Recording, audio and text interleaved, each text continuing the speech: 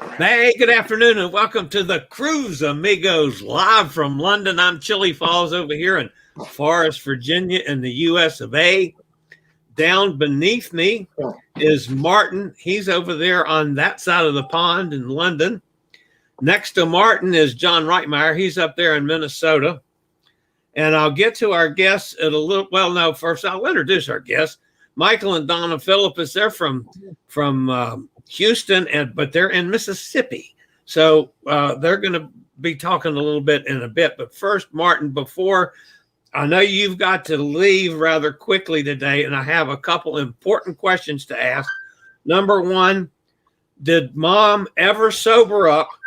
And number two, did she ever learn to drive the damn scooter? Well, sobering up, the answer to that is no. She had an absolutely fabulous time, so much so that she actually said to me just before we were getting off, I'd happily come on every weekend if I could. I said, Mum, if we could, we would as well. Definitely, we'd be on a cruise every weekend. And then, yeah, the driving of the scooter was just, I think we broke the tables in Izumi in Anthem because it's brand new and things like that. She took that out. She took the waiter out with the table as well. We need to get her driving lessons on that scooter. We were trying to teach her that as you drive backwards, if you turn the scooter the way you want to go, it's easy. It didn't work. She was coming out, then she'd go like that, then she'd go like that. Oh, it was hilarious. I mean, I ran over my own foot twice with the scooter trying to get it out the cabin. Now, I've never experienced being in a cabin with a scooter on a ship, so it was a great experience. And the staff were brilliant on Royal Caribbean, looking after my mum and things. So, but yeah, it was my mum's first cruise. She was a cruise virgin, and now she's already looking at cruises and going, oh, what about this one? What about that one? So they say cruising it's an expensive hobby, and you either love it, like Mom might love it or hate it, and she did love it. So I think I might have opened a can of worms there and have to take her on a number of cruises now. Yeah. Oh God! So you've got to go see a football game. Yeah, it's the big game this evening. It is England v Italy in the Euros final. So I'm being bad. I'm having pizza, even though I'm supporting England. So Italian food, supporting England. It's a big thing over here. They said some shops have banned you buying Italian food and all things like that. Really? But yeah, it's game this evening.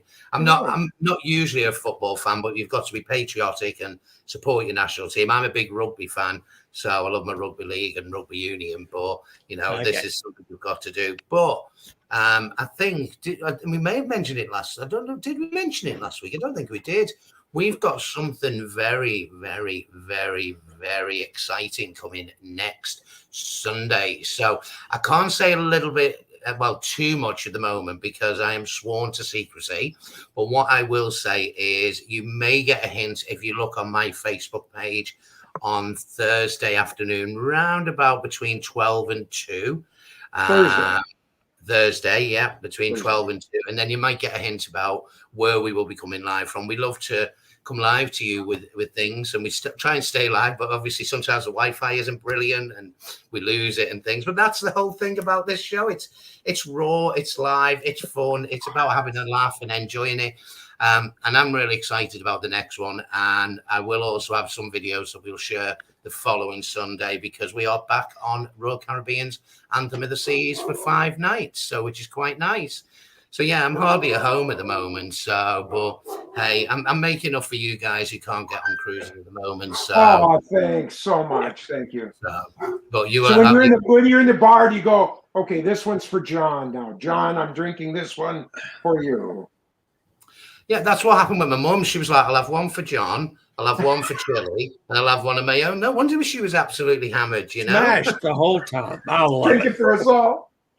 All right. Well, we understand that you've got to bug out when you bug out. So let's get to our guests today. Michael and Donna, you guys were on the Viking Sky. Wow. First, tell us a little bit about the Viking Sky. And I'm just going to flash pictures up as we go. Well, the Viking ocean ships are all very much the same. They have a capacity of 930 passengers. This was Vikings one of their welcome back cruises. And so it started with a much lower number than their capacity, as they did in the UK and Bermuda. So we had 470 passengers on board. I must say, on other cruises that we've been on where they've been full, you never have that perception. I mean, the ships are small ships, but they're so well designed and laid out that you don't really get a sense of crowds. Even on the sea days, which is the time when you would most likely, get that feeling, it's pretty open. And with it being as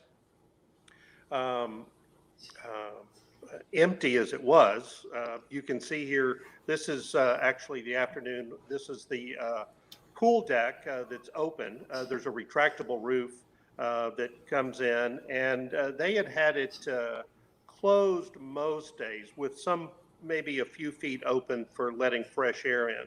And there were people out there, but we had returned early from a shorter excursion, and there was nobody out, and it was just a beautiful day.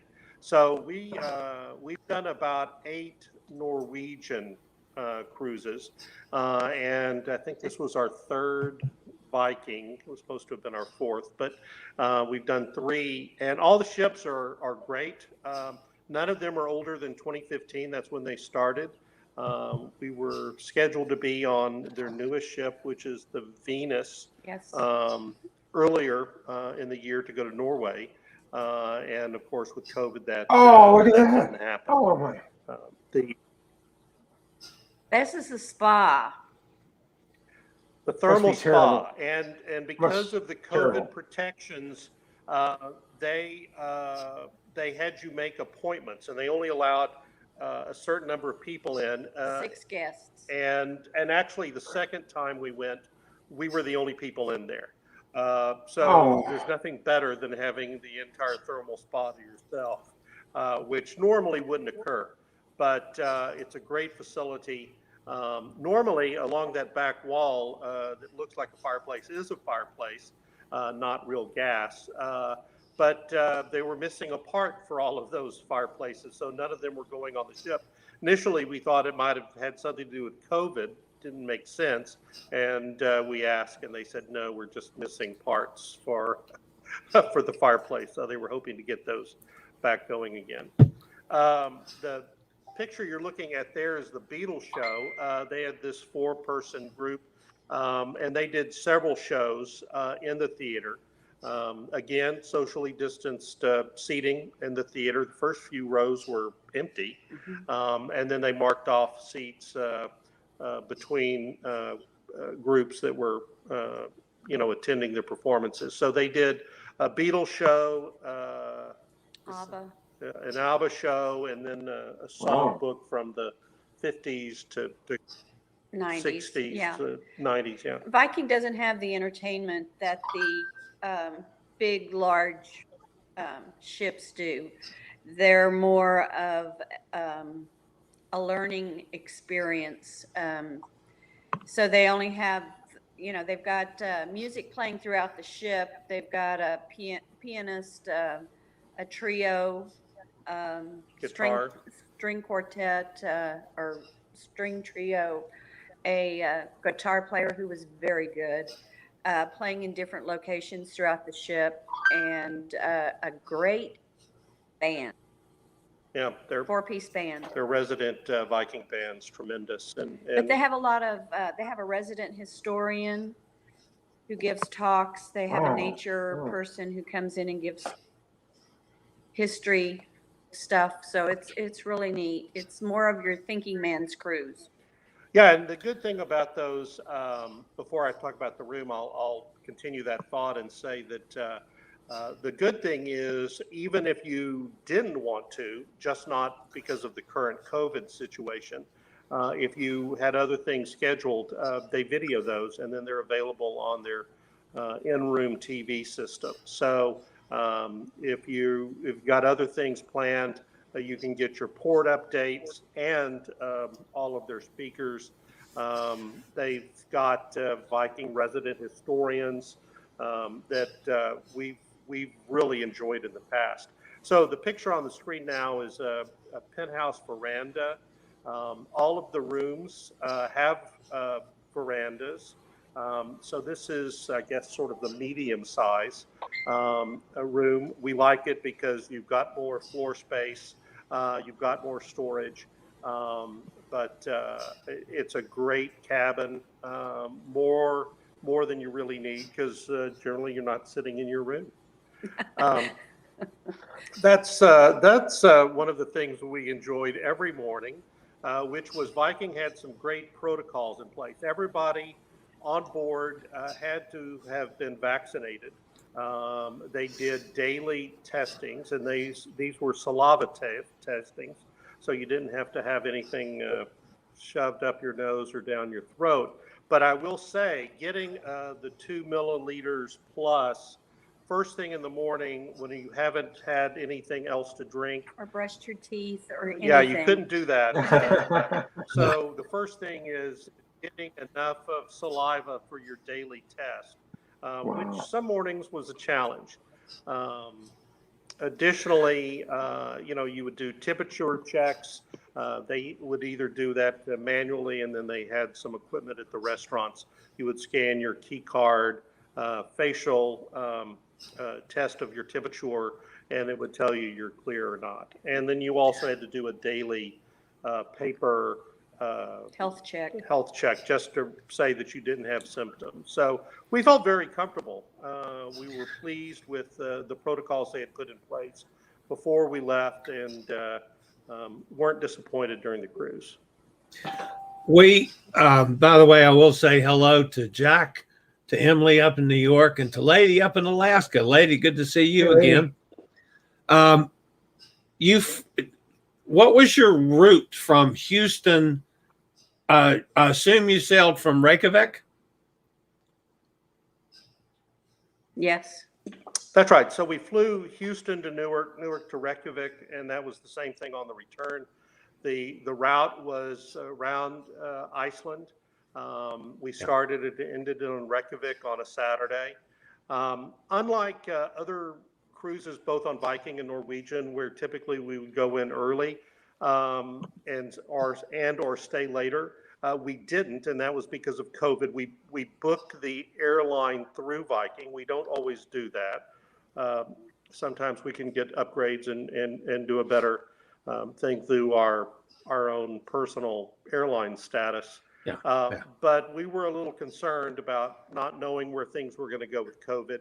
And unlike their other usual options that allow you to do a pre or post extension, or you could do it yourself, they really weren't offering that. And so we didn't end up staying, which was unfortunate because we got off the ship on July 3rd, which was a Saturday, and Monday was a holiday, public holiday anyway, so could have spent a couple more days before returning.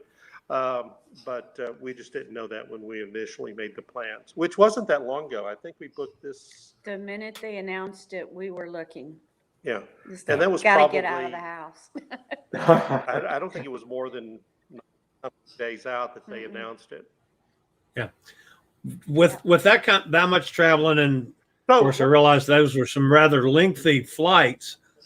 Did you feel safe through the whole process, or did you have things that you were upset about while traveling, that uneasy about? Maybe there's a better way of asking it. Well, have you traveled through Newark Airport?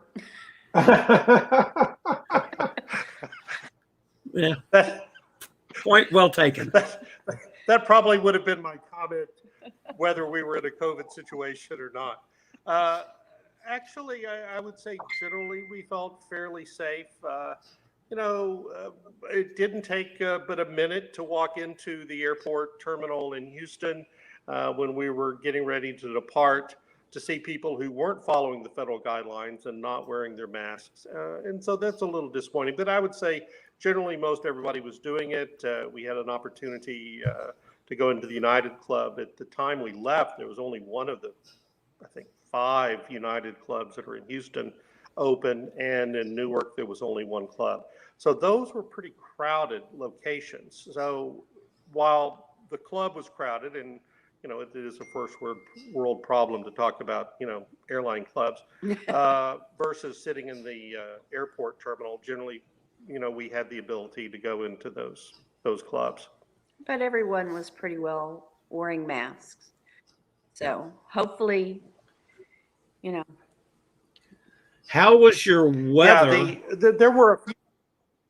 in Iceland?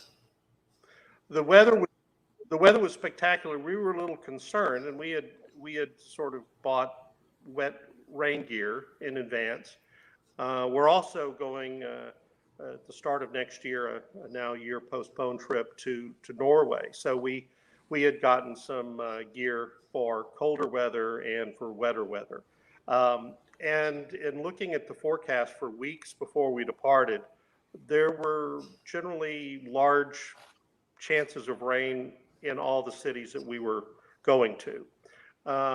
However, I will say, short of a little sprinkle one day, we never really had a problem. And as I indicated Look at earlier, that. the weather was generally very sunny, with the exception of our first day going through Reykjavik, or outside of Reykjavik. We did the Golden Circle tour to some of the key areas, and that was overcast, but the weather was fine.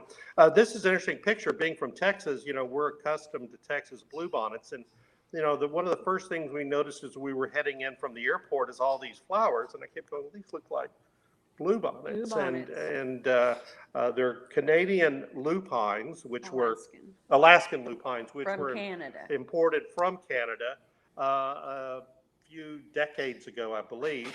And they put it there to help with the soil. It provides nitrogen and some stabilization of the soil. And they've spread like wildfire. I wasn't going to say wildflowers, but they're all over the place and quite beautiful. So it's nice.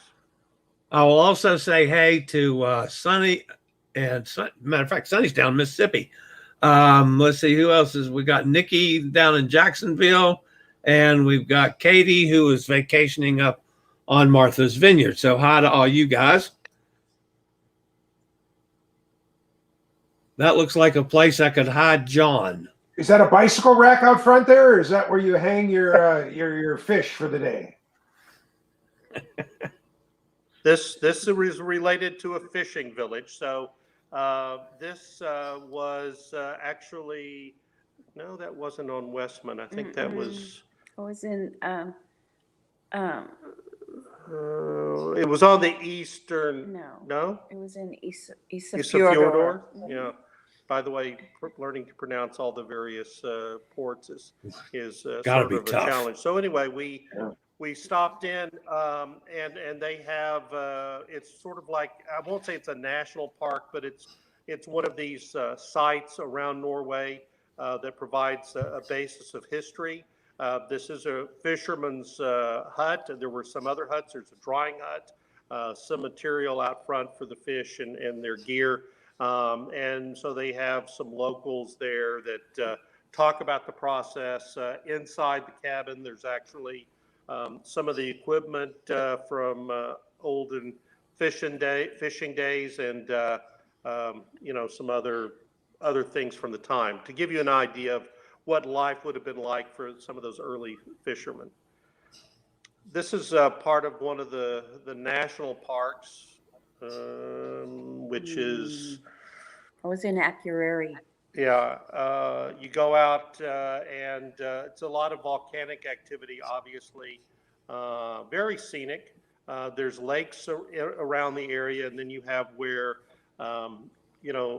cones formed where they broke through the water, cooled, and ice in the past. And so you've got all sorts of hikes there through that park to see some of the sites. Were you on your excursions? Number one, I didn't know there were so many places a boat could stop around Iceland. That was shocking to me. But on the excursions, were you in the bubble, were you strictly on Vikings excursions, or did you have some freedom? You both. So you were in the Viking bubble. They were not allowing third-party excursions. However, I will tell you that just as we were getting on the ship, Norway changed. Iceland. I'm sorry, Norway. Iceland changed the rules, and they were lessening their requirements regarding masking. So Viking had stronger requirements. So when you were on the bus or in close proximity, as long as you weren't eating or drinking, you were supposed to be masked up.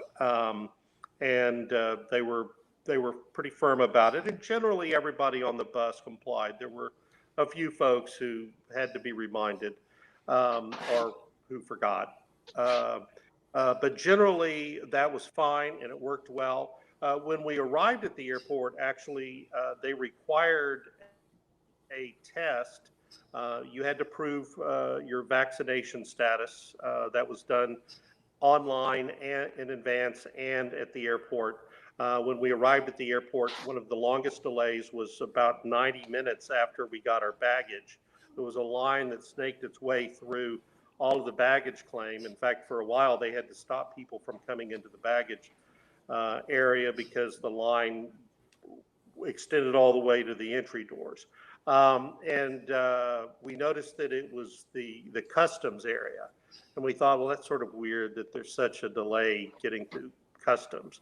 But that was actually just sort of the point at which they were controlling access to the site where they would provide you your testing tubes for your nasal and throat swabs that they required. And then once we got through there, they were very quick. The tests were easy to do.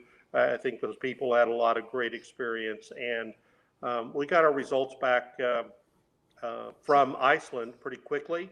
And when we got on the ship, you were supposed to stay in your room after you gave your sample and wait for that to clear. We actually had a longer wait on the Viking test, even though they have their own PCR lab available. On the ship. Yeah. Fully manned. So you did have the issue of staying in the Viking bubble, but when you were on the tours, for instance, in a couple ports, we got through early and we weren't leaving, and you could then walk around the town and then get back on the ship. It was not a problem.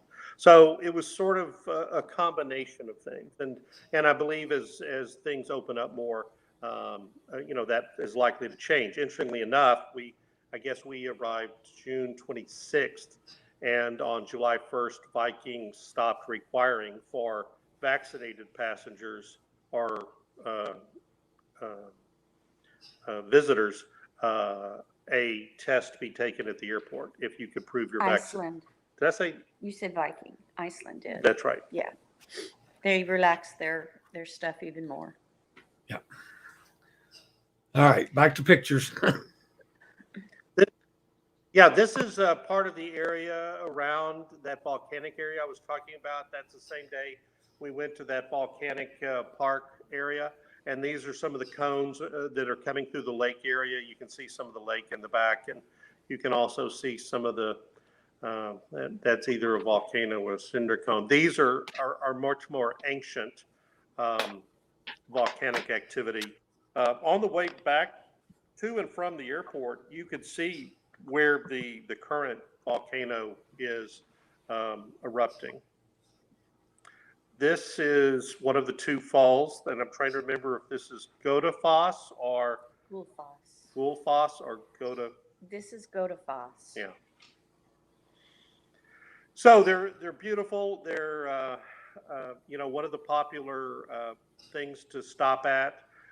One of the things that intrigued us about this was generally a lot of people fly to Iceland, rent a car in Reykjavik, and then take the ring road around the island, stay in different places and see the sights. So we just took the opportunity to stay on a cruise ship and basically do a ring around the island and see, what at least, was offered, through the Viking tours, which covered some of the key areas. And this is one of the big attractions on the falls. This picture reminds me of a couple things. One, it's the summer, so it's not time for the Northern Lights. It's the land of the midnight sun, and generally it never really got dark. And you had some very nice sights. The other thing that was interesting, having been on a number of other cruises, is the seas were exceptionally calm. It was amazing. I don't know if that's typical, but that's what we experienced, and it was beautiful. And I wonder if the weather was typical. I mean, I pictured it would be much colder even in the summertime than you guys experienced. And of course, I could be a total idiot on this too. So, well, the temperature really never got over 60 degrees, but there was 60. just so much sunshine. Wow. 60 degrees. And, if you're out in the sunshine, not in shade, that's pretty warm with direct sunshine all the time. Sure. So we didn't pack correctly. And there is still snow. yeah, something tells me that's not sand up Yeah, on that far hillside. No, that is snow. So, you would think, okay, is it just on the northern side, which is closer to the Arctic Circle? No, it was in other areas as well. And so we can only imagine, and in fact, they talked about that, is that, this is what's left in the summer, and you're still getting a lot of melt. That's what's caused some of the beautiful waterfalls that we saw. So it was a few stops, particularly in the north, where you would go.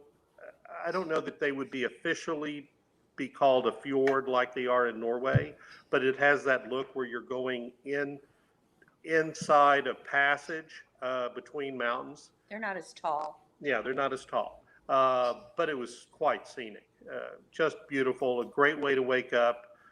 Generally, you could wake up early enough and see that, and before you docked, and it was quite enjoyable. This is one of the towns that we did a stop where you could actually walk around. So this is not on the tour. This is afterwards. We had done the tour. It was in Seyðisfjörður, that's right. So in the morning, we actually went to what's called the Vok Baths, which is on a lake. And they're using the heated water for some thermal baths. It was a beautiful facility. It was opened that morning just for the Viking guests. So again, even in that, it was a bubble. And then after we got through that tour back on the ship, we had lunch, and then we didn't leave till later in the day. In fact, I think even the evening. 11 o'clock at night. It was a much later departure. And so we had a beautiful, we're just walking around the town. Is there any significance to the Rainbow Sidewalk? There's a whole story. Yes. Yes, but we didn't do that tour. Well, I think we did not do that tour. Went to the boat bath, so we didn't get the walking tour of the town history, but in reading about it, I think it related to, there was a movement for pride, and the town, I don't think, was going to move forward, so the local inhabitants did, and then you find that the local inhabitants took care of their own business. Okay. And that's, again, without going on the tour, that's my understanding of what occurred. Yeah. And they keep painting it, so because the local government was not going to take care of it.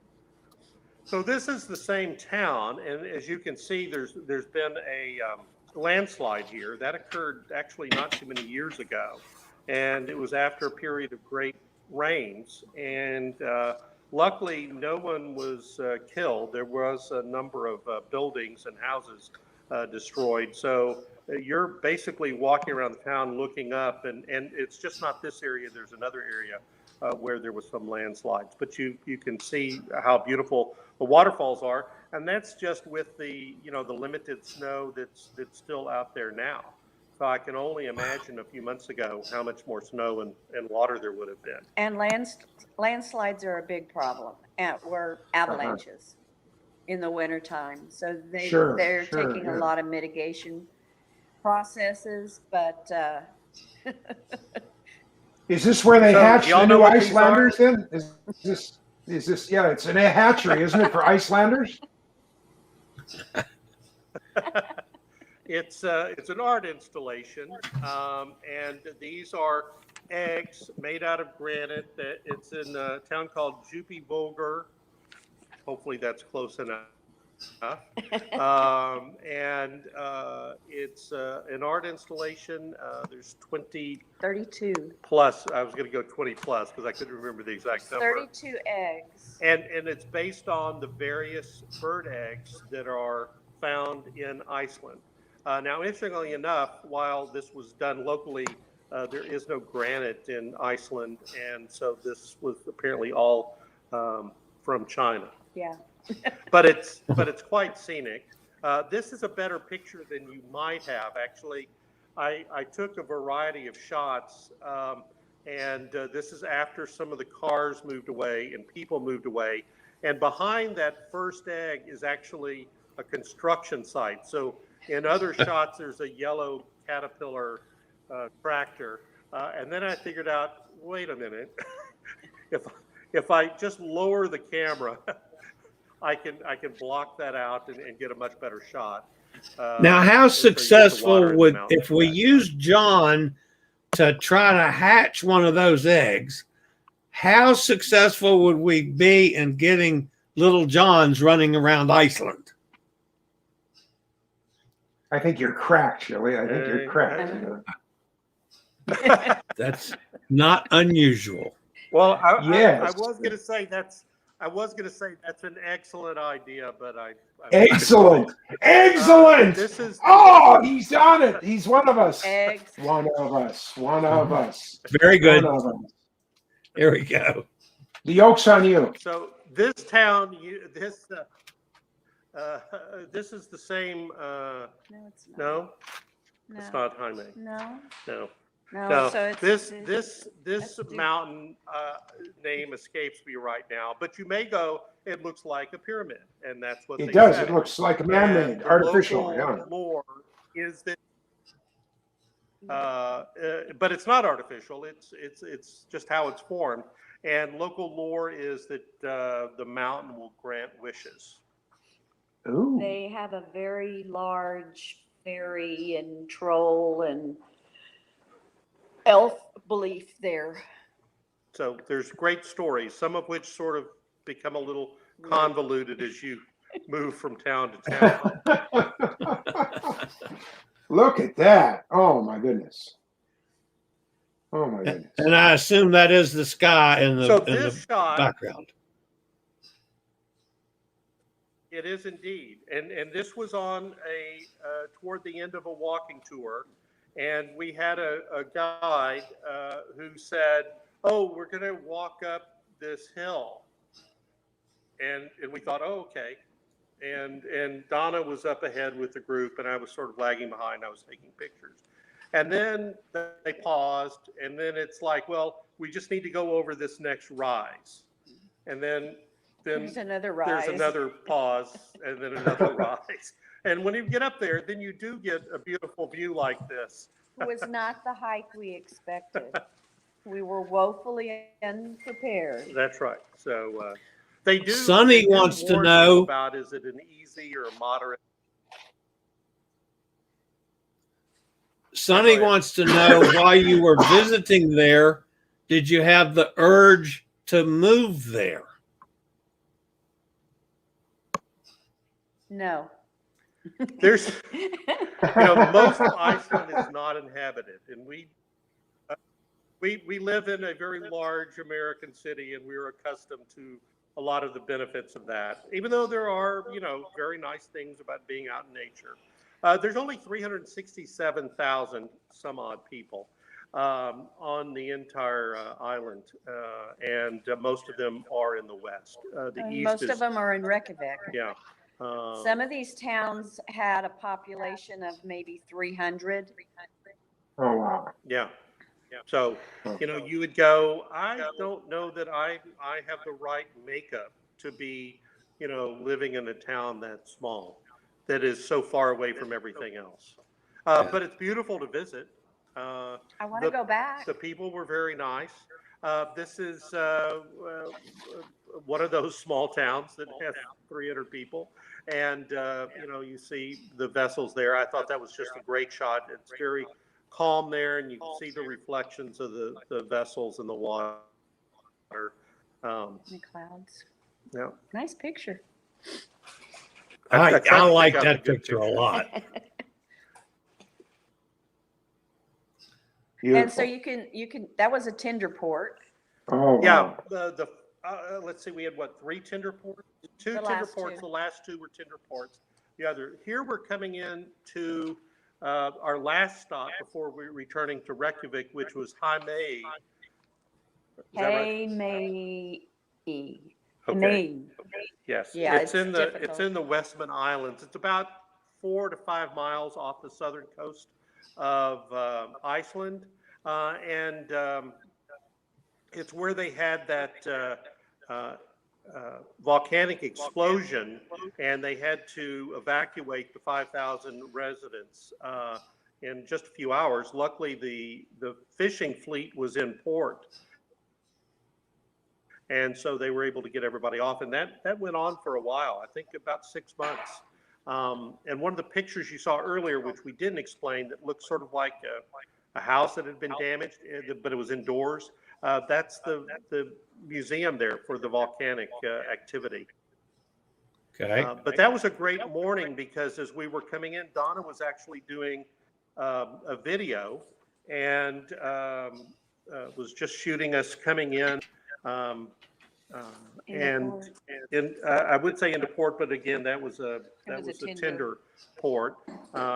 So we didn't go all the way in. The ship wouldn't fit in that small port. And we had a opportunity to see a whale. And there's a picture, I don't know if that's actually next, but there is a picture that I was able to capture of a whale. We believe it was called a minke whale.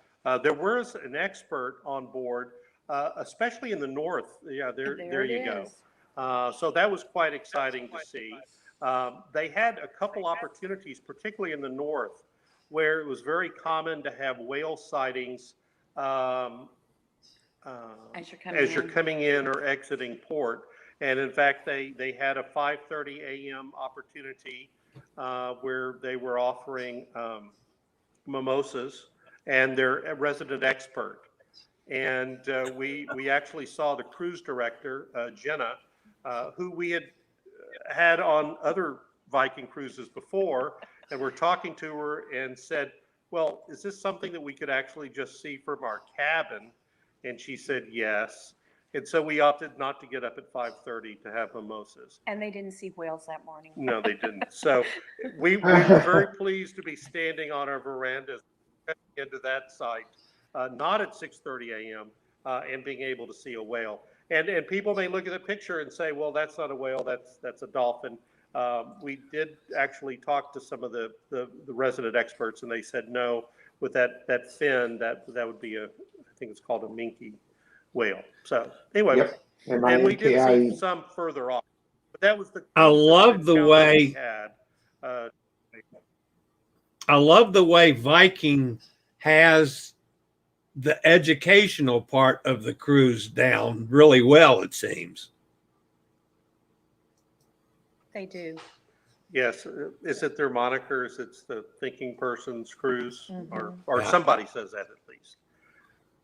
And that's the small port there for the last stop. It was interesting. I don't know that you can see in that red vessel off to the side that's much larger than the other. There was a group of teenagers that were jumping off the top of the vessel into the water and climbing back up. So we watched them do that. 4 teenage boys, but they have another weird thing that they do there. You'll find people swing, they'll climb, they've got these ropes coming down off the sides of the cliffs.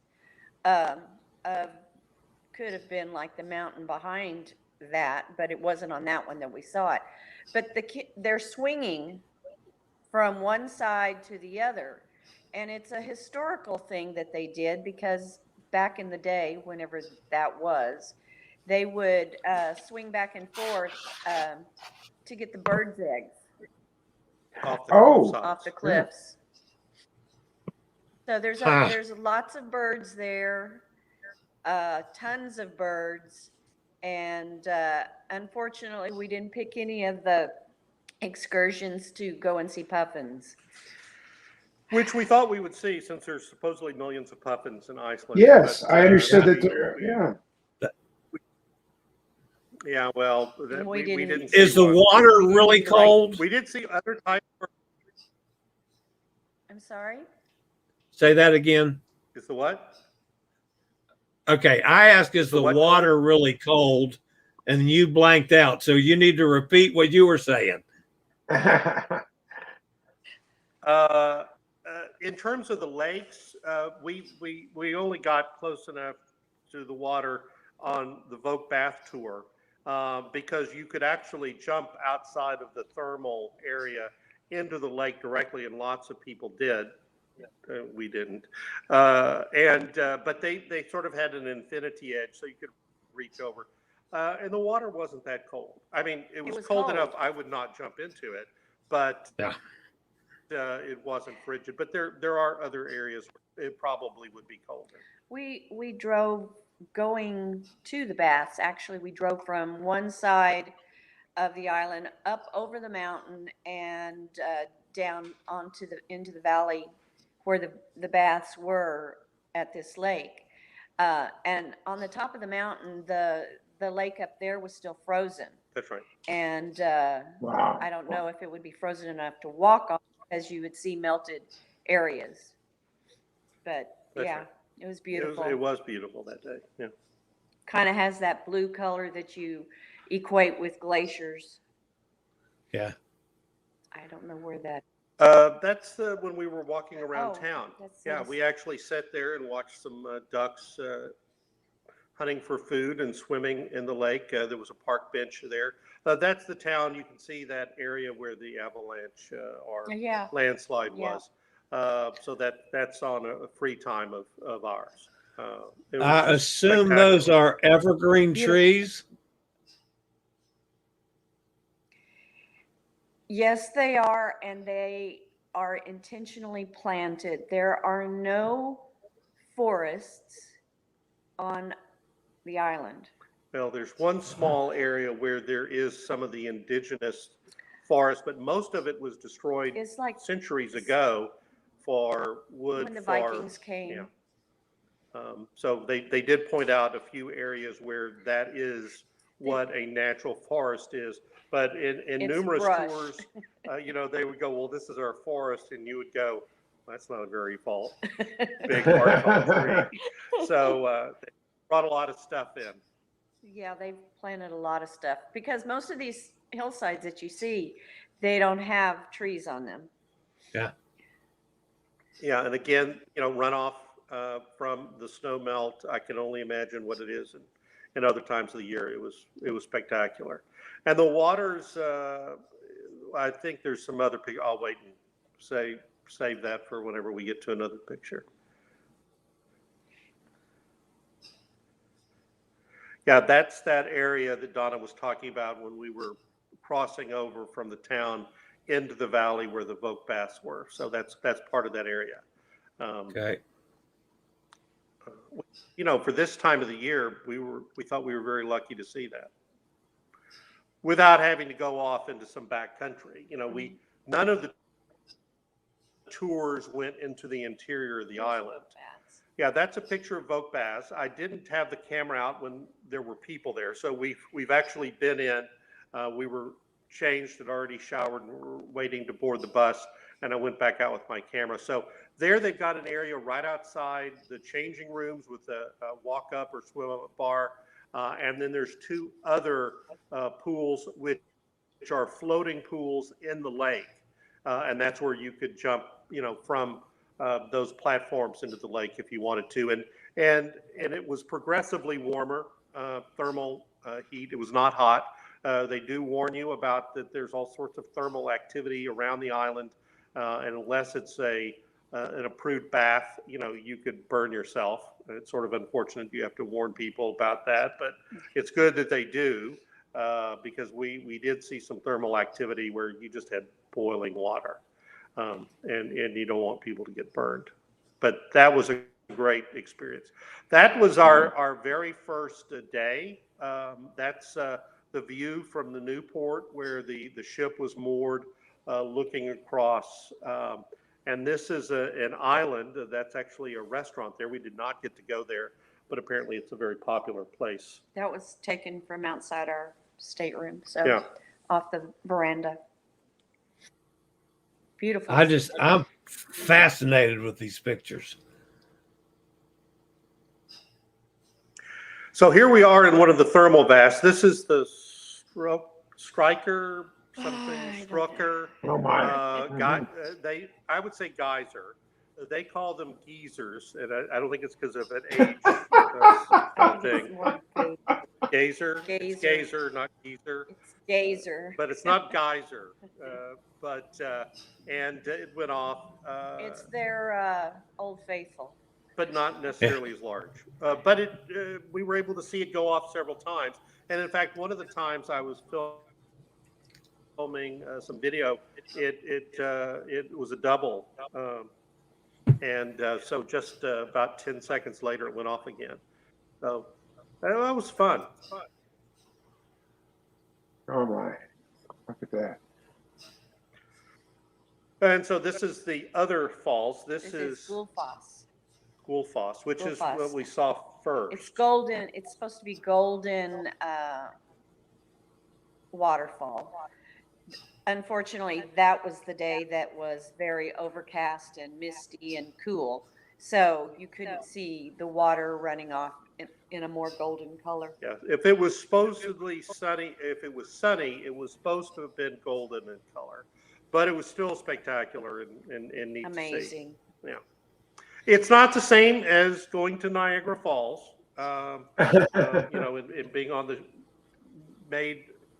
the ocean or whatever that's called, Mist to the Sea. So this is an interesting area. Again, it's in a national park area. This is a rift between the Eurasian and the North American tectonic plates. And they are separating at about 3 centimeters a year. 3 centimeters. It actually goes across, not necessarily this that you see here, but the tectonic plates actually go across Iceland, and there's areas underwater in which that activity is going on. We did not do this, and where you can touch both sides. Here you could walk through it, and then on that tour of the national park where there was volcanic activity, you could actually stand above part of that rift. And it's also a very historic site that goes back hundreds, if not thousands of years. It's the site of the first parliament in the world. And that's where the various groups and tribes in Iceland would meet. And they still have regular activities there. That's in Ísafjörður. Yes, and that's a spring-fed waterfall, and they're very pleased with the content and of the water there. Our tour guide had a pitcher and was giving samples of the water from that, and we had a number of people ask the right questions. Somebody was asking about particular kinds of bacteria that I don't remember exactly which ones they were asking. She goes, "No, it's fine," and it was crystal clear. It tastes like nothing. That's right. There's no taste to it whatsoever. No No mineral. content. It's so pure. Yeah, and it was beautiful. I was fascinated. I mean, you pointed out that it was nothing like Niagara Falls, but yet one of the falls pictures that you showed earlier definitely reminded me of Niagara Falls, and the one rock formation definitely reminded me of Cabo San Lucas, and the really triangular peak reminds me of the peak right behind my farm here. I found a lot of things there that reminded me of things at home. Yes, there were times, not necessarily of home. Houston's fairly flat, so mountains and volcanic activities not on our repertoire at home. But there were parts of the island where you go, well, this reminds me of the Big Island of Hawaii, or other places we've been. So yeah, that's a good observation, and it was very scenic, and we were pleased to have been able to go. It was our first trip.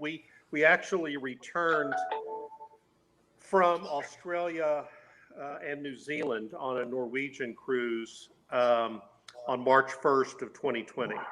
And that was the time where there was activity going on with cruise ships. There was the problem in Japan. That's right. And so I will say that we knew before we left, it wasn't the time when people were wearing masks yet. We did take some masks, some N95s or N95 masks that we had bought before all that, but we had bought it because there had been problems with fires in the Blue Mountains and elsewhere in Australia, and there was this concern about ash and soot and smoke in the air, and so we had bought those masks, and then we arrived, and they were asking questions, and when we got to the hotel, there were questions about COVID. And I will say, we thought Norwegian did a great job, even though it really wasn't the focus. Because I think they had a slight norovirus outbreak right before. When we got on the ship, they weren't giving out menus. There was no table set up. So they had done a lot of things either because of that or they were thinking ahead to COVID, we don't know. But we felt pretty safe. But I will say, the moment we walked off that ship back in Sydney, I was very relieved not to have been stuck for weeks. Oh yeah, hey. And that was on March 1st. And that was really our last trip until this one. Yeah, I got home from my last cruise on March 1st too. Yeah. As I looked through the pictures, I got a real Ireland feeling. Did you get that when you were there, or have you done Ireland at all? Maybe it's the intense green, or I don't know, but yeah, I've been to Ireland once. Yes, so you're correct there, and I think it was that intense green, and there were areas where it was just spectacular, and so there were. But other areas where it looks like you were on Mars, some of these the volcanic stuff, geothermal areas, the geothermal areas, and so very diverse, but there's more to see. And by the way, on that geothermal, Iceland uses that geothermal power. Yeah, for heating. They capture it. They apparently have some of the cheapest electricity in the world. Yeah. They use it for their industry. Apparently, they have a big aluminum production. Besides fishing, people would ask when we were posting on Facebook, well, what do people do there? Well, they fish, or they're in tourism, or maybe a few other industries. And that was sort of the answer we always got from the tour guides as well. Yeah, it's always fish first. One of the other questions. How was the fish? We got to get to food here in Chile. Look at the time. Yeah. I was exactly where I was heading. Okay, go for it. Go for it. No, I was just going to ask you a number of things, we did not do. If you're thinking that we tried the fermented shark, we did not. Good. I know that makes us sound very unadventurous. No, I think that's a smart thing. We were given the opportunity, and we passed that. So there were a number of areas where they were doing a lot of farm-raised fish. Interestingly enough, Norway Norway. Thinking about our next cruise. Iceland has a 200-mile fishing zone, which apparently was a hard-fought battle. They got it approved through the United Nations, and so they try to protect their fisheries. But they also do a lot of fish farming, and we saw a number of those in a variety of ports where they were out in those ocean areas, not deep out in the ocean, but inside the fjords or the mountain passes, and it was great. And we were on 2 excursions that provided lunch, and both of them they provided fish. You didn't get a choice, you got fish. One was salmon and the other was trout, I believe. That's right, and it was locally produced. Local, yeah, and it was good. Yeah, enjoyed it. Mm-hmm. How was Viking's food overall? We enjoy Vikings food. For those of you who don't know, they have some specialty restaurants which you do not get charged extra for, but depending on your room category, that determines how far in advance you can get reservations. And so their specialty restaurants are Italian steakhouse called Manfredi's, which does a great Fiatorno bistecca, like you would get in Florence. And they also have a place called the Chef's Table, which changes its menu every 3 days. It's a tasting menu. And so it's preset, so you don't select anything. Some people don't like that actually because they think the portions are small, but it's tremendous. So we started off on day 1 there. We had an Asian cuisine. They had something that we had not found on any of the other Viking, which was a Great Britain menu. Started off with a Scotch egg, had some short ribs and Yorkshire pudding and a trifle for dessert. Oh. They do. I'm there. I'm right there with you. Oh my goodness. They do an ice awesome. intermezzo on all of the menus, and they had a gin and tonic intermezzo, which was great. Granita. Granita, yeah. And it was like, I love gin and tonics. Yeah. Could you just keep bringing those? So we had that, and then we had another Asian menu. We did the steakhouse. We ate at the restaurant for breakfast and for dinner. Other nights, we did eat, I think, in the World Cafe, which they're doing like other cruise lines, and that's all served. And they hand you the plates. They don't allow you to touch things, which I think, from a safety perspective, is a great thing across the board moving forward. COVID or not, with all the norovirus, that's right. That's right. Yeah. I was really surprised that Carnival is not doing that. The other cruise lines are, but Carnival is doing the buffet just like they always did, and I think that's a mistake, but that's my thinking. Anyway. Yeah. 2 minutes. Look at this. We got 2 minutes. Very good. Yeah, real quick, I will just say they also have, the pool bar. We did that. An interesting thing that's on there that I've had before and had this trip, which is what they call their Nordic hot dog, and it's an all beef hot dog, as you would normally see it, with pickled onions and shrimp salad. Very good. And then they also have Mamson's, where they do a waffle that's served with, and I forgot the exact name, it's a brown goat cheese, and I'm not a goat cheese fan.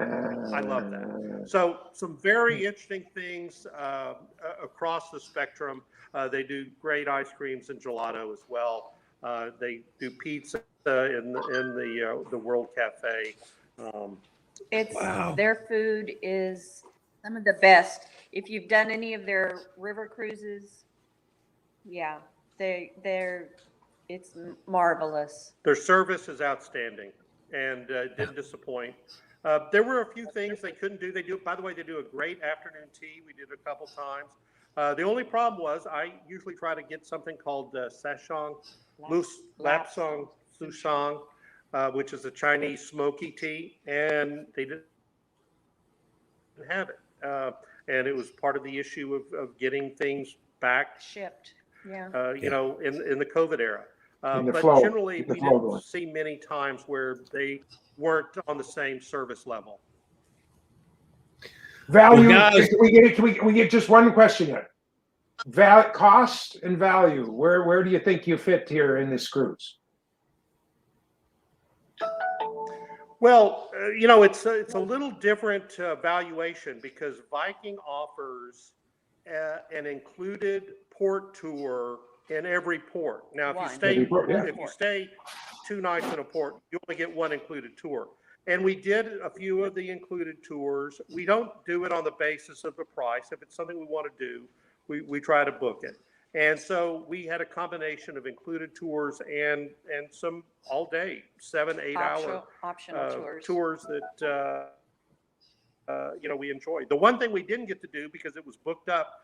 Speaking of birds, we were talking about earlier. There's an island called Vigor Island, and apparently they give you sticks because the birds will try to attack you. So you carry a stick so the birds don't, you know, start pecking at your head. And we saw that They're online. protecting their nests. And we thought, Yeah, we ought to sure. try that. Exactly. We ought to try that. And, we couldn't get in. It was sold out. So, it's a different valuation. Viking also includes soft drinks, wines, and beers at dinner and at lunch, but not other times. But they also offer what's called a silver spirits package, and we normally take advantage of that as well. So we do think it's a good value. It's a different pricing proposition than we find on on Norwegian, where you will pay for all of your excursions on a separate basis. But there's no casino. There's Like no photographer chasing after you.